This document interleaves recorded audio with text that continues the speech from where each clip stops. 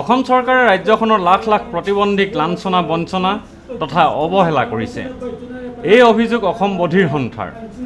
গুৱাহাটীৰ বধিৰ মহাবিদ্যালয়ত অনুষ্ঠিত এখন সংবাদমেলত সন্থাই অভিযোগ কৰে, উত্তৰ পূবৰ একমাত্ৰ বধিৰ মহাবিদ্যালয়খনৰ উন্নয়নৰ বাবে চৰকাৰে আজিলৈকে একোৱেই কৰা নাই।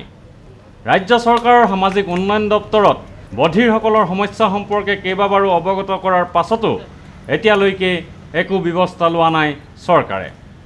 বিভাগীয় মন্ত্ৰী অকণ বৰাই আশ্বাস দিয়ে যদিও সেই আশ্বাস ফুটুকাৰ ফেনত পৰিণত হৈছে। অসমত বধিৰসকলৰ বাবে মাত্ৰ 2খন বিদ্যালয় আছে, মহাবিদ্যালয় মাত্ৰ এখন।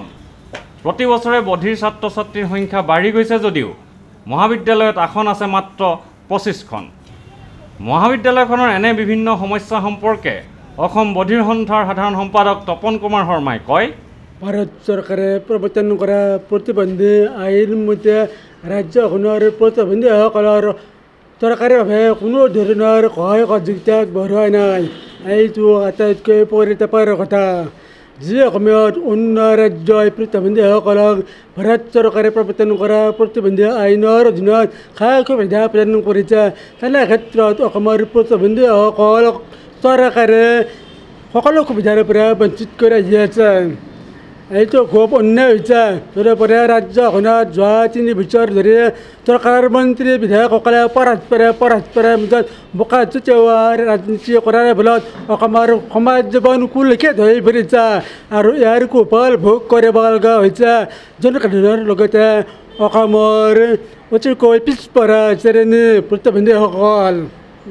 চৰকাৰে অতি শীঘ্ৰে যদিহে কাৰ্যকৰী ব্যৱস্থা গ্ৰহণ নকৰে তেনেহ'লে অসম বধিৰ সন্থা ৰাজ্যখনৰ সকলো প্ৰতিবন্ধী সংগঠনসমূহক একত্ৰিত কৰি তুলি এই অন্যায়ৰ প্ৰতিবাদ কৰিবলৈ 3 মাহৰ ভিতৰত কঠোৰ আন্দোলন কাৰ্যসূচী গ্ৰহণ কৰিবলৈ বাধ্য হ'ব আৰু ইয়াৰ পৰা উদ্ভৱ হ'ব পৰা যিকোনো পৰিস্থিতিৰ বাবে ৰাজ্য চৰকাৰখনে দায়ী হ'ব লাগিব। তাৰোপৰি ৰাজ্যখনত নিত্য হত্যা হিংসা চুৰি ডকাইতিৰ ঘটনা নিয়মিতভাৱে ঘটি থাকিব লাগিছে। ইয়াৰ পৰা প্ৰতিবন্ধী মহিলাসকলো সাৰি যাব পৰা নাই। অলপতে গুৱাহাটীতে এগৰাকী বধিৰ মহিলাক বেয়া ব্যৱহাৰ কৰিলে। এই ক্ষেত্ৰত চৰকাৰে কোনো ধৰণৰ ব্যৱস্থা গ্ৰহণ নকৰিলে। কেৱল দুখে গ্ৰেপ্তাৰ কৰিহে মাত্ৰ 48 ঘণ্টাৰ ভিতৰত থানাৰ পৰা মোকলাই দিলে। এইটো খুব লক্ষণ নহয়। তাৰোপৰি বধিৰ সন্থাই স্থাপন কৰা এই বধিৰ মহাবিদ্যালয়খনৰ ক্ষেত্ৰত চৰকাৰীভাৱে বিল্ডিং নিৰ্মাণৰ কাৰণে অনুমতি প্ৰদান নকৰাটো অতিকৈ অভিশাপস্বৰূপ হৈ পৰিছে। কিয়নো যোৱা 3 বছৰ ধৰি বধিৰ সন্থাই চৰকাৰক বিল্ডিং নিৰ্মাণৰ কাৰণে অনুমতি দিবলৈ দিয়াত আবেদন জনোৱা হৈছিল। আজিলৈকে আবেদন দিয়া হোৱা নাই। তদুপৰি বিভিন্ন সংগঠনক চৰকাৰে পৃষ্ঠপোষকতাত অতি সোনকালে বিল্ডিং নিৰ্মাণৰ পাৰ্মিশ্যন দিছে। তাৰোপৰি গুৱাহাটী মহানগৰীত 10-12 মহলীয়া অট্টালিকা গঢ়ি উঠিছে, যিটো ভূমিকম্প আদিৰ ক্ষেত্ৰত অতিকৈ বিপদজনক।